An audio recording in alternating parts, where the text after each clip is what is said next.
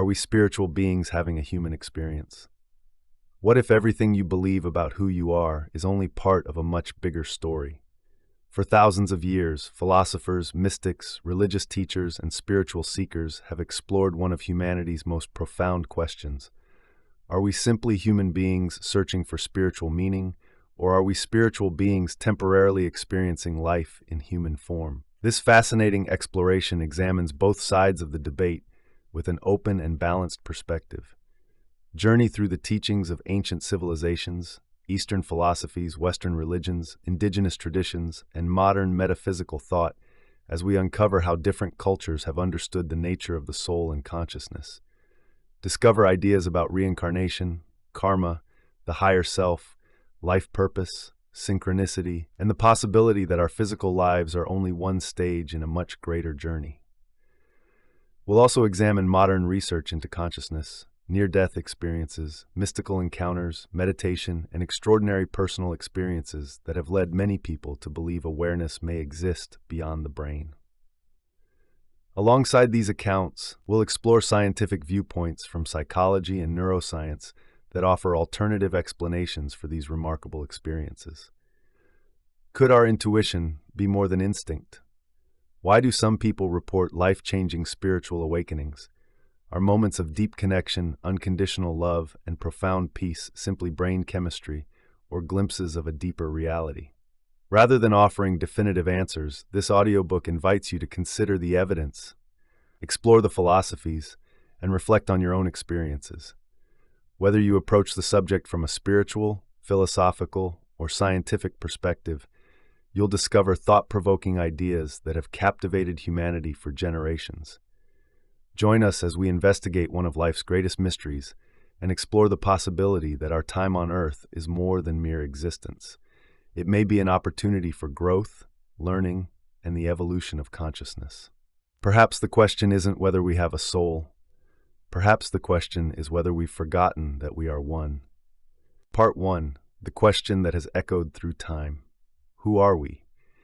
It is perhaps the oldest question humanity has ever asked. Long before written history, before the rise of civilizations, before science, philosophy, or organized religion, human beings looked up at the stars, watched loved ones pass away, experienced dreams they couldn't explain, and wondered whether life was more than what could be seen with the eyes. Am I only this body, or is there something within me that survives beyond it? Every generation has wrestled with these questions. Every culture has offered its own answers. Some have believed that life begins at birth and ends at death. Others have believed that death is simply a doorway into another existence. And countless spiritual traditions have proposed something even more extraordinary, that our true identity isn't human at all. Instead, they suggest we are eternal spiritual beings temporarily living a human life. One of the most widely quoted expressions of this idea is often attributed to the French philosopher Pierre Teilhard de Chardin. We are not human beings having a spiritual experience. We are spiritual beings having a human experience. Whether he actually spoke those exact words remains debated among historians. Yet the phrase has taken on a life of its own because it expresses an idea that resonates deeply with millions of people around the world. It suggests that our everyday struggles, our joys, our relationships, even our greatest challenges, may all be part of a much larger journey of the soul. If this perspective is true, then life changes dramatically. Success is no longer measured only by wealth or achievement. Failure becomes an opportunity to learn. Pain gains purpose. Love becomes something far greater than emotion. And death is no longer the end of the story. But is there any reason to believe this? Or is it simply a comforting idea created by humans who fear death and long for meaning? This audiobook isn't about convincing you of one answer. Instead, we'll explore the remarkable ideas, experiences, and evidence that have shaped this belief across history. We'll hear from ancient philosophers, mystics who claimed direct encounters with a spiritual reality, scientists studying consciousness, researchers investigating near-death experiences, psychologists examining human perception, and ordinary people whose lives were forever changed by experiences they cannot explain. Some stories may inspire you, others may challenge your assumptions. Some may leave you more skeptical than before. That is perfectly acceptable. The goal isn't belief, the goal is understanding. Because regardless of where you stand, one fact remains undeniable. Human beings possess an extraordinary desire to search for meaning.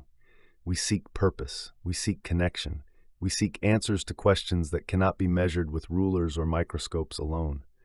Why are we here? Why do we love? Why do we suffer? What happens after death? Why do so many people, across vastly different cultures and throughout history, independently describe experiences that seem to point towards something beyond the physical world? Coincidence? Shared psychology? Cultural storytelling? Or evidence of a deeper reality waiting to be discovered? These are the questions that have inspired countless books, religions, philosophies, and scientific investigations, and they continue to inspire new generations today. Perhaps the most fascinating aspect of this mystery is that no matter how advanced humanity becomes, the question never disappears. Technology changes, empires rise and fall, scientific knowledge expands, yet the search for our true nature remains. Maybe that's because the answer lies somewhere beyond facts alone, or perhaps it's because every human being at some point feels an inner longing that cannot easily be explained. A quiet sense that there is something more, something larger than ourselves. Whether that feeling is the voice of the soul or simply the remarkable imagination of the human mind is exactly what we'll begin exploring next. Ancient wisdom, the soul before the body. If the idea that we are spiritual beings sounds modern, it isn't. In fact, it may be one of humanity's oldest beliefs, long before telescopes revealed distant galaxies, long before neuroscience mapped the human brain. Ancient civilizations across the world were already teaching that the physical body was only one aspect of our existence. What is remarkable isn't that these cultures believed in the soul. It's that many of them, separated by oceans and thousands of years, arrived at surprisingly similar conclusions. The language was different. The symbols were different. The stories were different. Yet again and again, they described human life as part of something much larger. Let's begin in ancient India. The sacred texts known as the Upanishads, written more than 2,000 years ago, teach that beneath our personalities, memories, and physical bodies lies the Atman, the eternal self. According to these teachings, the Atman is never born and never dies. It simply experiences different lifetimes, much like a traveler changing clothes before beginning another journey. The goal of life isn't merely survival, it is awakening. Through wisdom, compassion, meditation, and self-understanding, a person gradually realizes that their true identity has never been limited to the physical body. This realization is called enlightenment. Nearby, Buddhism approached the mystery from a different direction. While Buddhism does not describe an eternal individual soul in quite the same way, it teaches that suffering arises from our attachment to the idea of a permanent self. Life is seen as an ongoing cycle of birth, death, and rebirth, shaped by karma, the consequences of our actions and intentions. Freedom comes not through accumulating possessions or status, but by awakening to the true nature of reality. Across China, Taoist philosophers viewed human beings as expressions of the Tao, the natural order flowing through the entire universe. Instead of struggling against life, wisdom meant living in harmony with this unseen current. The individual was never truly separate from the whole. In ancient Egypt, belief in the soul was central to everyday life. The Egyptians viewed death not as an ending, but as a transition. Their elaborate burial rituals, carefully constructed tombs, and sacred texts reflected the belief that consciousness continued beyond physical death. Preparing the soul for its next journey was considered one of life's greatest responsibilities. Thousands of miles away, indigenous cultures across the Americas, Australia, Africa, and countless other regions often described humans as deeply connected to nature, ancestors, and the spirit world. Mountains, animals, rivers, the stars, everything possessed life and meaning. Rather than existing above nature, humanity was seen as part of a vast living web. Many traditions taught that every action affected not only the individual, but future generations as well. In ancient Greece, philosophers also wrestled with the mystery of existence. Pythagoras believed that the soul survived death and could be reborn. Plato proposed that the soul existed before birth and entered the body temporarily, carrying forgotten knowledge that could be rediscovered through learning and contemplation. To Plato, education wasn't merely acquiring information, it was remembering truths the soul already knew. These ideas profoundly influenced Western philosophy and later religious thought. As civilizations developed, religions offered their own answers. Judaism emphasized humanity's relationship with God and the enduring value of the human spirit. Christianity taught that life continues beyond death and introduced the hope of resurrection and eternal life. Islam described earthly existence as a temporary stage before returning to the Creator, encouraging believers to live with compassion, justice, and faith. Although these traditions differ in important ways, each recognizes that human existence extends beyond everyday physical concerns. Looking across these cultures, an intriguing pattern begins to emerge. Despite enormous differences in geography, language, politics, and history, many civilizations independently concluded that human beings possess a spiritual dimension. Was this simply coincidence? Did these cultures influence one another more than historians realize? Or were they all attempting to describe experiences that are part of being human? Modern scholars continue to debate these questions. Some believe these similarities arise because every society must cope with death and uncertainty. Others suggest that spiritual experiences may reflect universal features of the human mind. Still others wonder whether these traditions preserve fragments of a deeper truth that humanity has sensed throughout history. Whatever the explanation, one thing is clear. For most of human history, people did not see themselves as merely physical creatures living in an indifferent universe. They believed they were participants in a much greater story, one in which the soul, however it was understood, played the central role. That ancient belief has never truly disappeared. In fact, today it is experiencing a remarkable revival. As science pushes the boundaries of our understanding of consciousness, many people are once again asking the same timeless question.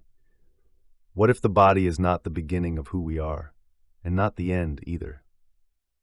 Part 3. The nature of consciousness. Who is the observer? If we are spiritual beings having a human experience, then one question immediately follows. What exactly is consciousness? Every moment of your life is filled with experience. You see colors, you hear sounds, you remember yesterday, you imagine tomorrow, you feel happiness, sadness, fear, excitement, curiosity, and love. But who or what is actually experiencing these things? Most of us naturally assume that we are our thoughts. After all, our inner voice seems to define who we are. It comments on everything. It remembers the past. It plans the future. It judges, compares, worries, celebrates, and dreams. Yet many spiritual traditions suggest something surprising. They claim that you are not your thoughts. You are the one observing them. Consider this for a moment. You can notice a thought appearing in your mind. You can watch it linger for a few seconds. Then you can watch it disappear. If you can observe your thoughts, who is doing the observing? This simple question has fascinated philosophers for thousands of years. In meditation traditions around the world, practitioners often describe discovering an awareness that exists beneath the constant stream of mental activity. The mind continues to think. Emotions continue to rise and fall. The body continues to breathe. Yet there remains a quiet presence simply witnessing it all. Some call this awareness the higher self. Others call it pure consciousness. Still others describe it as the soul. Different names, similar idea. Modern neuroscience approaches the question differently. Researchers can observe which regions of the brain become active during memory, language, decision-making, and emotion. Brain scans reveal astonishing complexity. Billions of neurons communicate through trillions of connections, creating the rich tapestry of human experience. Damage certain parts of the brain, and personality may change. Injure another area, and memories can disappear. Alter brain chemistry, and emotions may shift dramatically. To many scientists, these observations suggest that consciousness is produced by the brain itself. When the brain stops functioning, consciousness ends. Yet this explanation raises another mystery. How does physical matter create subjective experience? Scientists call this the hard problem of consciousness. We understand how neurons exchange electrical signals. We understand chemical reactions. We understand information processing. But none of these explanations fully answer why we experience anything at all. Why does the color red feel like red? Why does music evoke emotion? Why is there an inner world of awareness instead of mere biological activity? Some researchers argue that consciousness simply emerges once the brain reaches sufficient complexity. Others believe consciousness may be a fundamental property of the universe, something as basic as space, time, or energy. This idea, once considered highly speculative, has gained increasing philosophical attention. If consciousness is fundamental rather than created, the brain may function less like a generator and more like a receiver or filter. Imagine a radio. The music doesn't originate inside the radio itself. The radio receives and translates signals already present. If the radio breaks, the music stops playing through it, but the broadcast continues. Some philosophers and consciousness researchers have used this analogy to suggest that the brain could work in a similar way. Of course, this remains a hypothesis. There is currently no scientific consensus that the brain functions as a receiver of consciousness. Many neuroscientists continue to support the view that consciousness arises entirely from brain activity. Still, the analogy persists because it offers one possible explanation for reports that seem difficult to reconcile with a purely material view. Near-death experiences, profound mystical states, moments of extraordinary clarity during deep meditation, reports of awareness while normal brain activity appears severely impaired.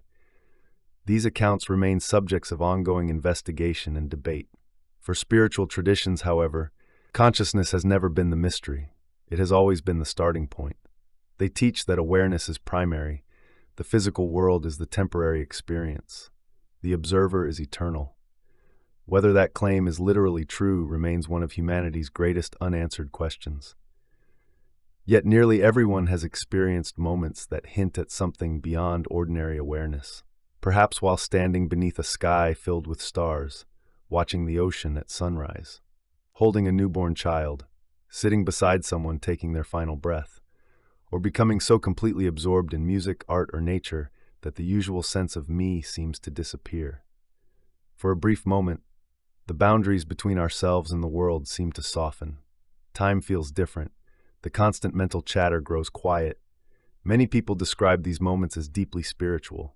Others see them as natural psychological states. Whatever the explanation, they often leave a lasting impression.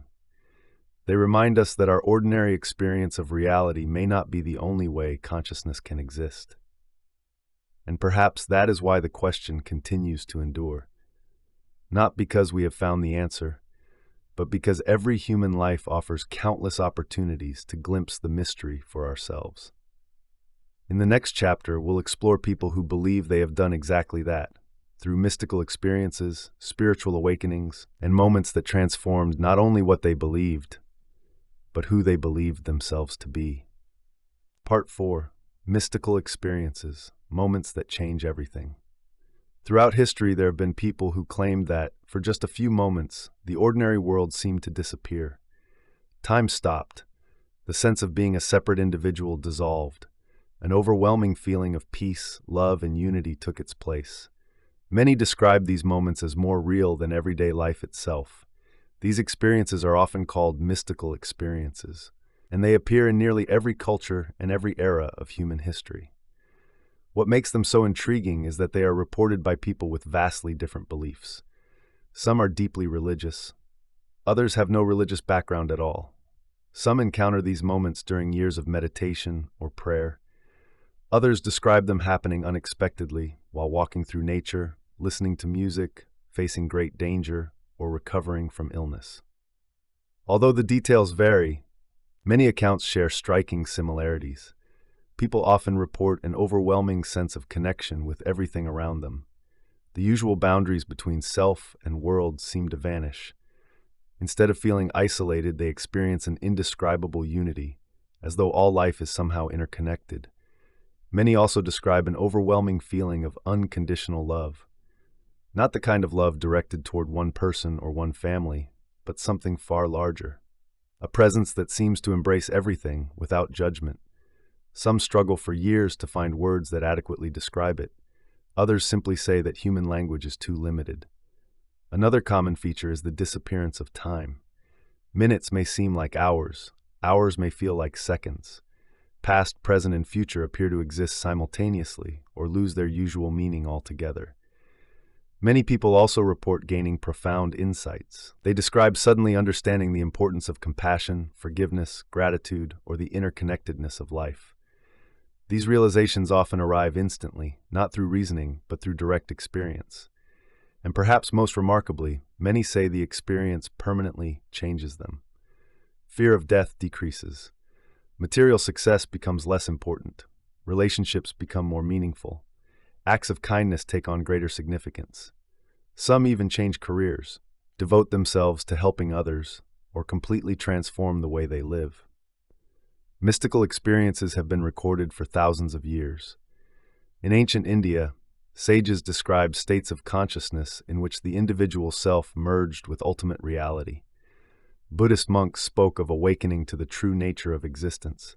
Christian mystics wrote of experiencing union with God through contemplation and prayer. Islamic Sufis described overwhelming encounters with divine love that dissolved all sense of separation. Jewish mystics sought profound spiritual insight through contemplation of sacred teachings.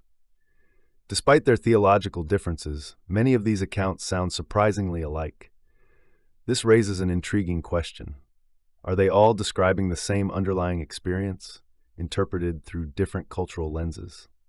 Or are the similarities simply the result of the human brain responding in predictable ways during altered states of consciousness? Modern science has begun investigating these questions. Researchers studying meditation have found that experienced practitioners often show measurable changes in brain activity during deep contemplative states. Certain regions involved in self-awareness, attention, and emotional regulation appear to function differently than during ordinary waking consciousness. These findings demonstrate that profound mental states have observable biological correlates. What they do not establish is whether those experiences reflect contact with an external spiritual reality or arise entirely from brain function. That distinction remains unresolved. Psychologists have also studied what they call peak experiences, moments of exceptional clarity, joy, creativity, or unity that leave a lasting impact. These experiences are not necessarily religious. Artists, athletes, musicians, explorers, and ordinary individuals have all described moments when they felt completely immersed in life, as though something greater than themselves was flowing through them. Such experiences often inspire creativity, compassion, and a renewed appreciation for life. Some researchers suggest they reveal the mind operating at its fullest potential. Others believe they may offer glimpses of a deeper level of reality. Then there are the spontaneous experiences that arrive without warning. A person grieving the loss of a loved one suddenly feels an unmistakable sense of peace. Someone standing alone beneath a night sky is overcome by awe and an inexplicable feeling of belonging. A routine walk through the forest becomes a life-changing encounter with beauty so profound that words seem inadequate. These moments cannot easily be predicted, nor can they be reliably reproduced. Yet for those who experience them, they often feel absolutely authentic. Skeptics point out that powerful emotions, stress, fatigue, meditation, sensory deprivation, or changes in brain chemistry can all influence perception. Believers counter that the transformative effects of these experiences, the lasting increase in compassion, purpose, and inner peace, suggest they are more than simple neurological events. The truth is that science can measure what happens in the brain during these experiences. It cannot yet determine whether the brain is creating the experience or responding to something beyond itself. Perhaps that is why mystical experiences continue to fascinate researchers, philosophers, and spiritual seekers alike. They exist at the crossroads of neuroscience, psychology, philosophy, and spirituality. They challenge assumptions from every direction, and they remind us that human consciousness may be capable of far more than we currently understand. If we truly are spiritual beings having a human experience, perhaps these rare moments are not exceptions at all. Perhaps they are brief reminders of a deeper reality that usually remains hidden behind the routines of everyday life.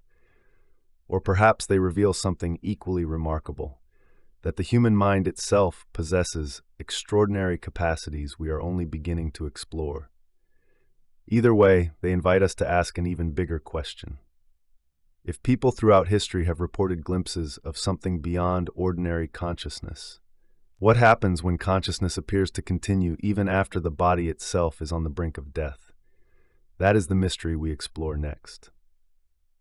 Part 5. Near-death experiences. Does consciousness survive? Few subjects have challenged our understanding of consciousness more than near-death experiences. For decades, doctors, nurses, researchers, and patients have documented accounts from people who came remarkably close to death and then returned with extraordinary stories. Some had suffered cardiac arrest.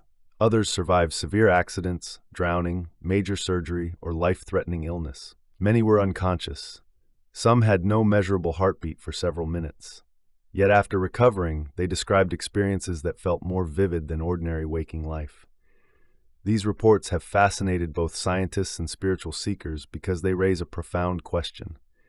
Can consciousness exist independently of the physical brain? A typical near-death experience often begins with an overwhelming sense of peace. Pain disappears, fear fades away.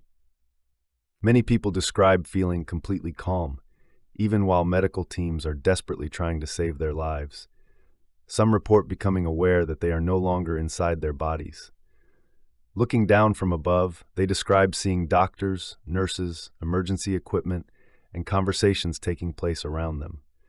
These are known as out-of-body experiences. In many cases, people later recount details they claim they could not have observed through normal physical senses. Some accounts have been investigated by researchers, while others remain impossible to verify. The evidence is mixed, and debate continues.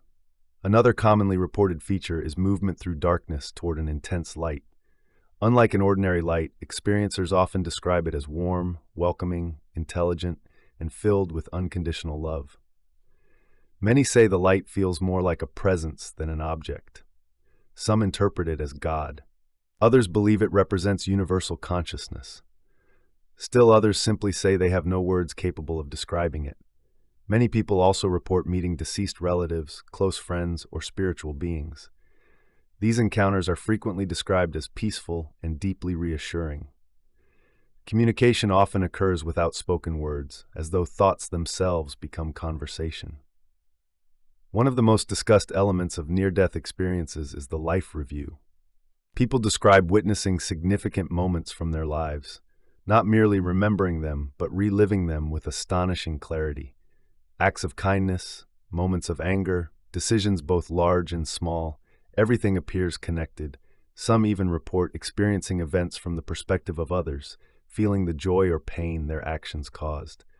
Whether understood spiritually or psychologically, many describe this review as profoundly transformative. Interestingly, experiencers often say there is little or no sense of judgment imposed by an outside force. Instead, they describe understanding the consequences of their own actions with complete honesty and compassion. Another recurring theme is reaching a boundary. It may appear as a river, a gate, a bridge, a wall of light, or simply an intuitive understanding that crossing it means they cannot return. At that point, many describe being told, or somehow knowing, that their time has not yet come. Moments later, they awaken back in their bodies. For many, returning is the most difficult part. After experiencing overwhelming peace and love, re-entering physical life can feel confusing, painful, or even disappointing. Yet almost all report that the experience permanently changes them. Fear of death often diminishes dramatically. Material possessions become less important. Relationships gain deeper meaning. Many become more compassionate, more forgiving, and more interested in helping others. These long-term personality changes have been documented in numerous studies of near-death experiencers. From a scientific perspective, however, important questions remain. Could these experiences result from reduced oxygen levels in the brain, changes in neurotransmitters, anesthesia, dreamlike hallucinations during recovery, or the brain's final attempt to create order during extreme stress? Researchers have proposed many possible explanations. Some experiments have successfully recreated certain elements of near-death experiences using medications, electrical stimulation, or altered states of consciousness. Yet no single theory fully accounts for every reported feature. Especially difficult to explain are cases in which individuals accurately describe events occurring while they appeared to be clinically unconscious. Such reports remain controversial. Some investigators view them as evidence that consciousness may continue independently of normal brain activity. Others argue that memory formation during medical emergencies is more complex than we currently understand, and caution against drawing conclusions before stronger evidence is available. Because of these unresolved questions, near-death experiences remain one of the most actively studied subjects in consciousness research. Large hospitals and research institutions continue collecting cases from around the world. The goal is not to prove or disprove any spiritual belief. It is to better understand one of the most extraordinary experiences human beings can report. Whether interpreted as evidence of an enduring soul or as remarkable products of the brain under extreme conditions, near-death experiences challenge our assumptions about life, death, and awareness itself. Perhaps that is why they continue to inspire such intense interest. They remind us that even in an age of advanced medicine and powerful technology, the greatest mystery may still be the one closest to us, the nature of consciousness itself. If consciousness truly survives the death of the body, then many ancient teachings may deserve a second look. But if science eventually explains every aspect of these experiences through biology alone, the mystery will not disappear. It will simply become even more astonishing that the human brain is capable of creating experiences so profound that they transform lives forever. Either way, the search continues, and with each new discovery we move one step closer to understanding who, or perhaps what, we really are. Part 6. Reincarnation. Has the soul lived before? If consciousness survives death, what happens next? Does the soul continue into another realm? Does it remain in a spiritual existence forever? Or does it return to begin another human life? For billions of people throughout history, the answer has been reincarnation. The belief that consciousness, or some enduring aspect of the self, experiences multiple lifetimes is among the world's oldest spiritual ideas. Today, it remains central to many forms of Hinduism, Buddhism, Jainism, and numerous indigenous and esoteric traditions. Even among people who do not follow any religion, belief in reincarnation has become increasingly common. Why? Perhaps because it offers answers to questions that have puzzled humanity for centuries. Why are some people born into comfort while others face extraordinary hardship? Why do certain talents appear almost effortless from childhood? Why do some people experience powerful feelings of familiarity with places they have never visited? And why do young children occasionally make astonishing claims about lives they say they lived before? According to traditions that teach reincarnation, life is not a single opportunity. Instead, it is one chapter in a much longer journey. Each lifetime becomes an opportunity to learn, to grow, to love, to overcome fear, to develop wisdom, and perhaps to correct mistakes made in previous lives. Closely connected to reincarnation is the concept of karma. In many traditions, karma is often misunderstood as punishment or reward. Its original meaning is more subtle. Karma refers to the consequences of our actions.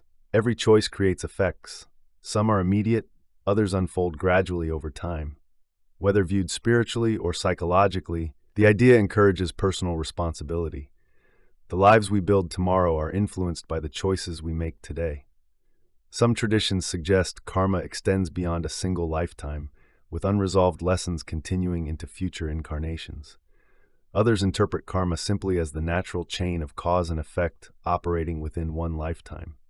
Not all traditions agree. What they share is the belief that actions matter. One of the most intriguing aspects of reincarnation research involves the reports of young children. Around the world, there have been documented cases in which children between the ages of 2 and 6 describe memories that appear unrelated to their current lives. Some provide names, descriptions of unfamiliar towns, details about occupations, family relationships, or unusual circumstances surrounding a previous death. In certain cases, investigators have attempted to verify these claims by comparing them with historical records. Some reports include details that appear surprisingly accurate, others prove impossible to confirm. Many can be explained through ordinary means. The evidence remains fascinating, but controversial.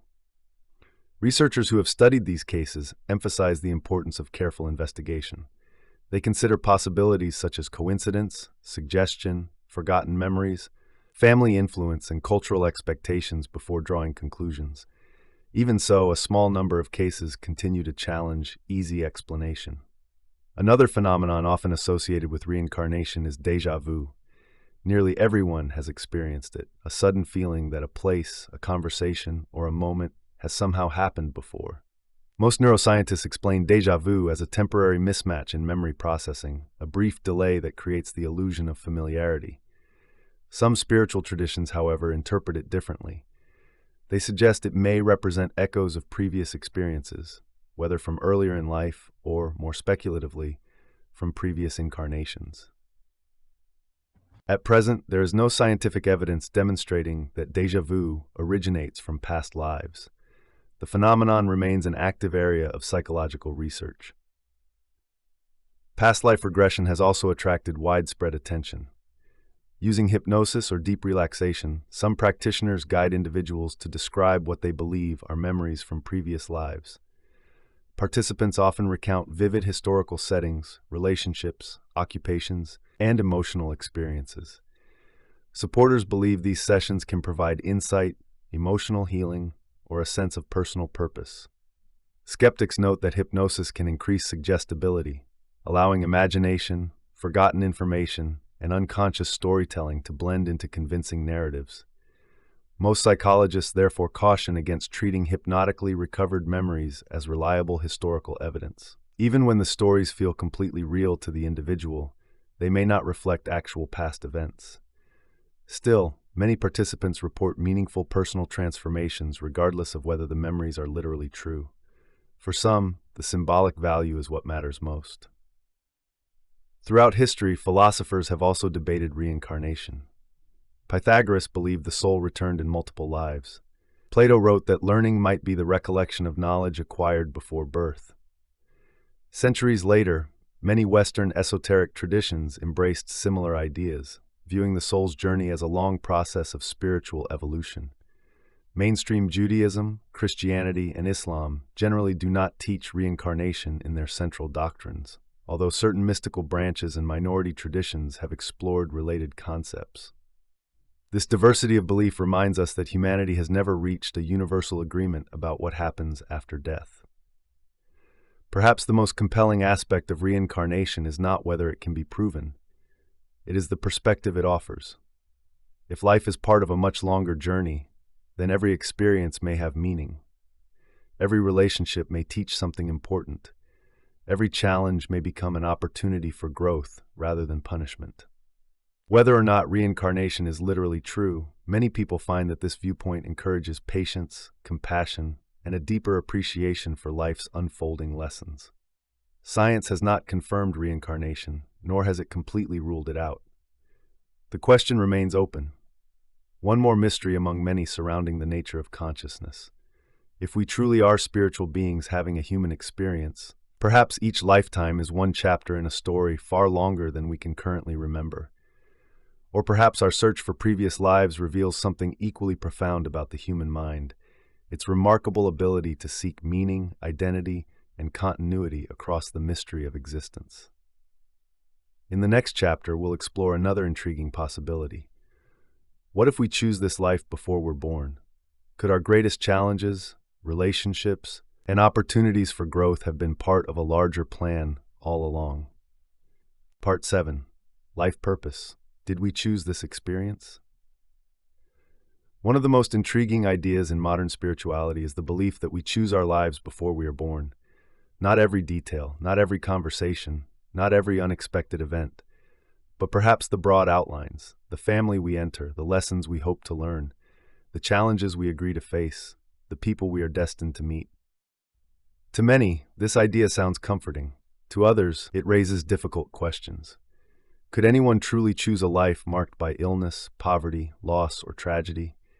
Why would a soul willingly embrace suffering? These are serious questions, and they deserve thoughtful consideration. Most spiritual traditions that discuss pre-birth planning do not suggest that every painful event is deliberately selected or that suffering is somehow deserved. Rather, they propose that human life unfolds through a combination of free will, circumstance, relationships, and opportunities for growth. In this view, life is less like a scripted play and more like an open-ended journey. Certain destinations may be planned. The route remains flexible. Imagine enrolling in a demanding university course. You choose the class because you hope to learn. You know it will require effort. You know there will be moments of frustration. But you also understand that growth rarely comes without challenge.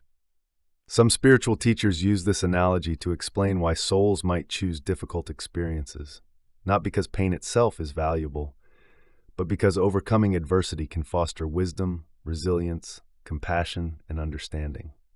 Whether this idea reflects reality or serves as a meaningful metaphor remains an open question. Many people who report profound spiritual experiences, including some near-death experiencers, describe feeling that their lives have a purpose beyond personal success. They often return believing they are here to learn specific lessons, to develop patience, to express kindness, to forgive, to create, to help others. Interestingly, these lessons rarely involve wealth, status, or public recognition. Instead, they focus on qualities of character, compassion, integrity, humility, love. Across many traditions, these are considered the true measures of spiritual growth. Psychology offers a different but equally compelling perspective. Researchers studying meaning and well-being have consistently found that people who feel their lives have purpose often experience greater resilience, stronger relationships, and improved emotional health. Purpose provides direction. It helps people endure hardship. It gives everyday experiences greater significance. Whether that purpose comes from spiritual belief, personal values, family, creativity, or service to others, its effects can be remarkably similar. Some people describe moments that seem to point them toward a particular path. An unexpected meeting changes the course of their lives. A chance opportunity leads to a lifelong career. A single conversation inspires years of dedication. Looking back, these events can appear almost perfectly timed. Were they simply coincidences, or something more? This brings us to the idea of synchronicity. The Swiss psychiatrist Carl Jung introduced this term to describe meaningful coincidences, events that appear connected not through direct cause and effect, but through personal significance. Imagine thinking about someone you haven't spoken to in years, only to receive a phone call from them moments later, or repeatedly encountering the same symbol, idea, or opportunity during an important period of your life. Skeptics point out that the human brain naturally searches for patterns. With billions of events occurring every day, remarkable coincidences are statistically inevitable. Believers argue that some coincidences feel so deeply meaningful that chance alone seems an incomplete explanation. Science has not demonstrated that synchronicities result from hidden spiritual forces, yet the psychological impact of such experiences is undeniable. They often inspire people to pay closer attention to their lives, their relationships, and their choices. Another idea found in many spiritual traditions is that certain people enter our lives for specific reasons. Some relationships bring joy, others bring heartbreak. Some seem to teach patience, others challenge our deepest fears. From a spiritual perspective, every encounter may contribute to our growth. From a psychological perspective, every relationship shapes who we become through experience and learning. The two views need not be mutually exclusive. Perhaps the most important question is not whether every event happens for a reason. It is how we respond when life presents us with unexpected challenges. Can hardship become wisdom? Can loss deepen compassion? Can failure inspire growth? These are questions that transcend both science and spirituality. Regardless of our beliefs about pre-birth planning, we all possess the ability to make choices in the present moment. We choose how we treat others. We choose whether to forgive. We choose whether to learn from our mistakes. We choose whether to live with fear or with hope. If there is a purpose to human life, perhaps it is found less in discovering a predetermined destiny and more in the way we meet each new experience. Perhaps being a spiritual being having a human experience does not mean escaping life's difficulties. Perhaps it means fully embracing them, with courage, humility, curiosity, and compassion. Whether our lives are carefully planned before birth or unfold through countless unpredictable choices, every day offers an opportunity to become a wiser version of ourselves. And maybe that, more than any extraordinary mystical experience, is where the deepest spiritual growth truly begins. In the next chapter, we'll examine the growing scientific study of meditation, intuition, and expanded states of awareness, exploring what happens when the mind becomes quiet and whether silence itself can reveal something profound about the nature of consciousness. Part 8. Meditation, Intuition, and the Quiet Mind. If we truly are spiritual beings having a human experience, why don't we remember it? Why do most of us go through life identifying almost entirely with our thoughts, our emotions, and our physical bodies? Many spiritual traditions offer a simple answer. Because the mind is noisy. From the moment we wake until we fall asleep, our attention is constantly occupied. We plan, we worry, we remember, we judge. We compare ourselves to others. We replay old conversations. We imagine future possibilities. The inner dialogue rarely stops. According to many contemplative traditions, this constant mental activity makes it difficult to notice a deeper level of awareness that has always been present. Meditation was developed as a way of quieting that mental noise. Although often associated with Eastern religions, forms of meditation, contemplation, and silent prayer have existed in cultures throughout the world for thousands of years. Buddhist monks practice mindfulness. Hindu yogis cultivate deep states of concentration. Christian monks engage in contemplative prayer. Sufi mystics use rhythmic remembrance and meditation. Jewish mystics, Taoist practitioners, and many indigenous traditions have developed their own methods for entering states of profound stillness. Despite their differences, they all point toward a similar discovery. When the mind becomes quiet, something changes.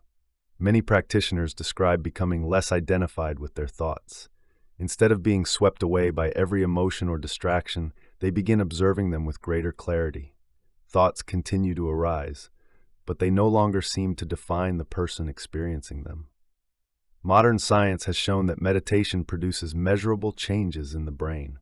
Studies have found that regular meditation can improve attention, emotional regulation, stress management, and overall well-being. Brain imaging has revealed changes in regions associated with self-awareness, memory, learning, and emotional processing.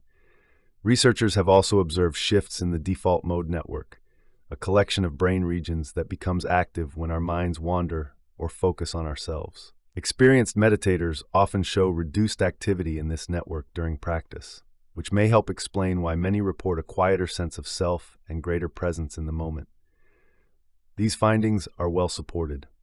What remains uncertain is whether meditation merely changes brain function, or whether it allows access to aspects of consciousness that ordinarily remain hidden. That question remains firmly within the realm of philosophy and ongoing research. Closely related to meditation is the idea of intuition. Most people have experienced moments when they simply knew something without consciously reasoning it out. Perhaps you sensed that someone was about to call, felt uneasy about a situation that later proved dangerous, or instantly recognized the right decision despite lacking complete information. Psychologists often describe intuition as the brain's remarkable ability to process enormous amounts of information outside conscious awareness. Your mind constantly notices patterns that never reach deliberate thought. When enough subtle clues align, the result may feel like a sudden insight. From this perspective, intuition is not supernatural. It is highly sophisticated unconscious processing. Spiritual traditions sometimes describe intuition differently. Rather than emerging solely from the brain, they view it as guidance from a deeper level of consciousness. Some call it the higher self. Others describe it as the wisdom of the soul. Still others see it as communication with the divine. Science has not confirmed these interpretations, yet many people report intuitive experiences that profoundly influence the course of their lives. Another fascinating area of study involves altered states of consciousness. These include experiences occurring during deep meditation, sensory deprivation, breathwork, dreams, hypnosis, and certain carefully controlled clinical settings involving psychedelic-assisted therapy. Researchers have found that these states can temporarily alter perception, emotional processing, and the sense of self. Some participants describe feelings of unity, timelessness, and profound personal insight that resemble mystical experiences reported throughout history. Clinical studies have shown that, in carefully supervised therapeutic settings, some of these experiences may contribute to lasting improvements in depression, anxiety, addiction, and end-of-life distress. Scientists generally explain these effects through changes in brain activity and neural connectivity. Others suggest that such states may reveal dimensions of consciousness not normally accessible during ordinary awareness. At present, no consensus exists. Perhaps the most important lesson meditation offers has little to do with extraordinary experiences. Many longtime practitioners caution against seeking visions, mystical encounters, or supernatural abilities. Instead, they emphasize something far simpler: learning to be fully present, to observe thoughts without becoming trapped by them, to respond rather than react, to cultivate compassion for ourselves and for others. Ironically, those humble practices often produce the deepest transformations. People become calmer, more patient, less fearful, more grateful. Relationships improve. Anxiety often decreases. Life begins to feel less like a struggle and more like an unfolding experience. Whether these changes arise because we are connecting with our spiritual nature, or because meditation trains the brain in healthy and measurable ways, the practical results are often remarkably similar.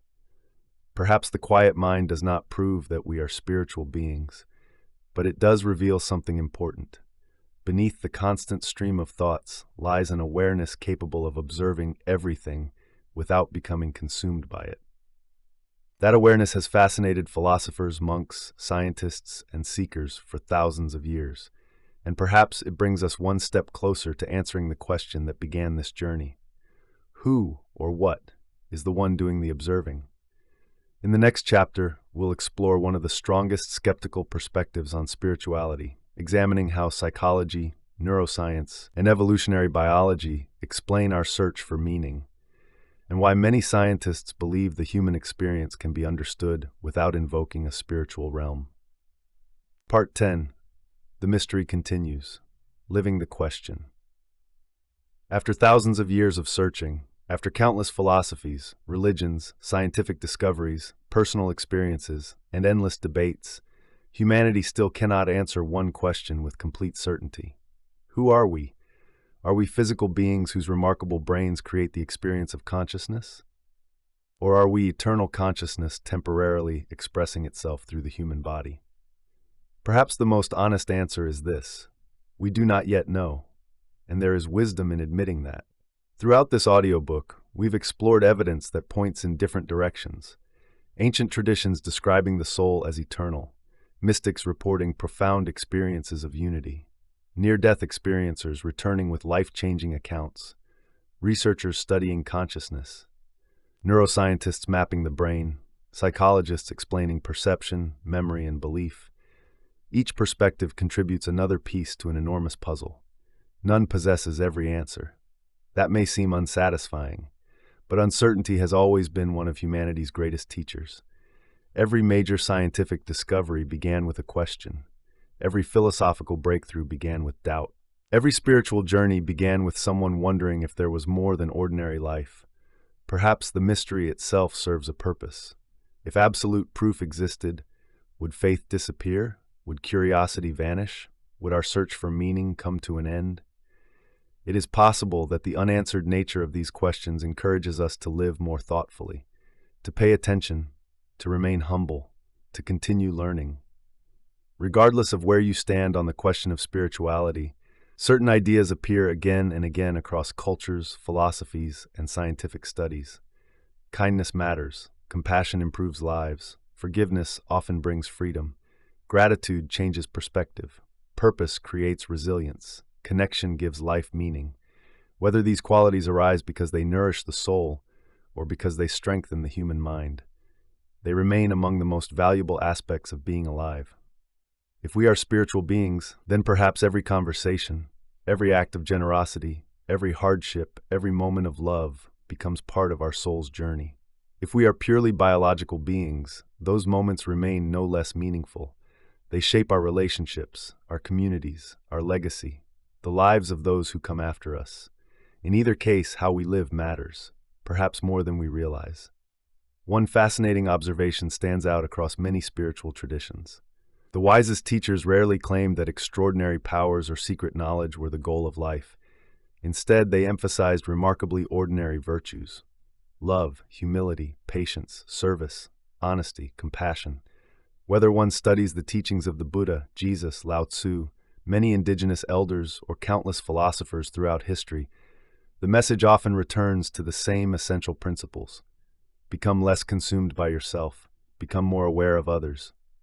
Live with integrity. Seek wisdom. Reduce suffering where you can. These ideas require no proof of the soul to improve the world. Science reaches a similar conclusion from a different direction.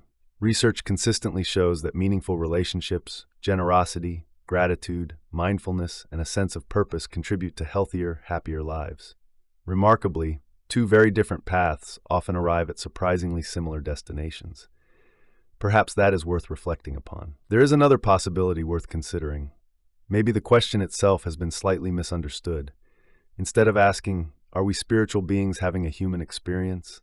perhaps we should ask, what kind of human experience are we choosing to create?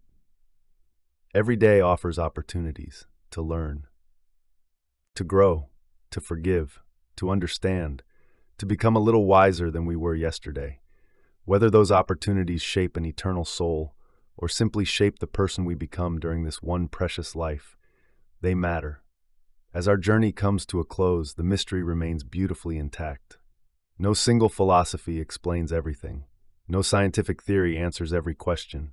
No spiritual tradition possesses universal agreement. And perhaps that is exactly as it should be, because mysteries have a remarkable way of inviting exploration.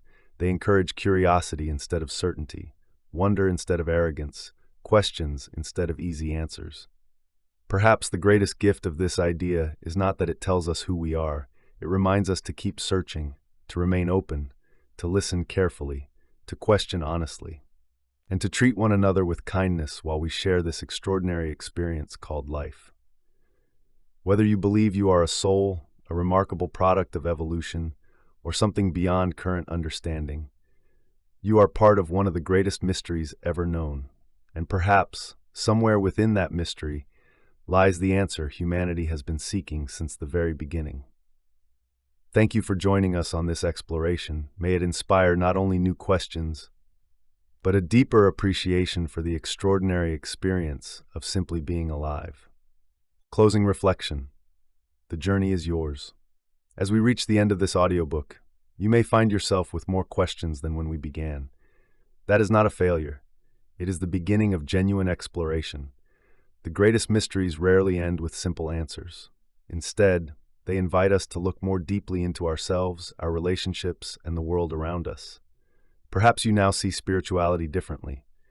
Perhaps you remain unconvinced, or perhaps your own experiences have taken on new meaning. Whatever your conclusion, remember that the search for truth has always been one of humanity's defining qualities. It has driven explorers across oceans, scientists into laboratories, philosophers into endless debate, and spiritual seekers into mountains, deserts, temples, and silent meditation. Every path begins with a question. No one else can answer the deepest questions of existence for you. Books can offer ideas. Science can provide evidence. Religion can offer faith. Philosophy can sharpen reason. But each of us must ultimately decide how we understand our own experience. As you continue your journey, you may notice moments that invite reflection. A breathtaking sunrise, a conversation that changes your perspective, an unexpected act of kindness, a coincidence that feels strangely meaningful, the quiet peace found in nature, the love shared between family and friends. Whether you see these moments as evidence of a spiritual reality or simply as beautiful parts of being human, they remind us that life is filled with wonder. Perhaps that sense of wonder is one thing we all share. If there is a lesson running through every chapter of this audiobook, it is this: remain curious, question respectfully, seek truth honestly, be willing to change your mind when new evidence appears, and never lose your sense of awe, because regardless of what consciousness ultimately proves to be, regardless of whether we are spiritual beings having a human experience or human beings discovering the depths of our own consciousness. We have been given an extraordinary opportunity to learn, to grow, to love, to create, to help one another, and to leave the world a little better than we found it. Thank you for listening. Until next time, keep asking questions, keep exploring, and never stop wondering about the incredible mystery of existence.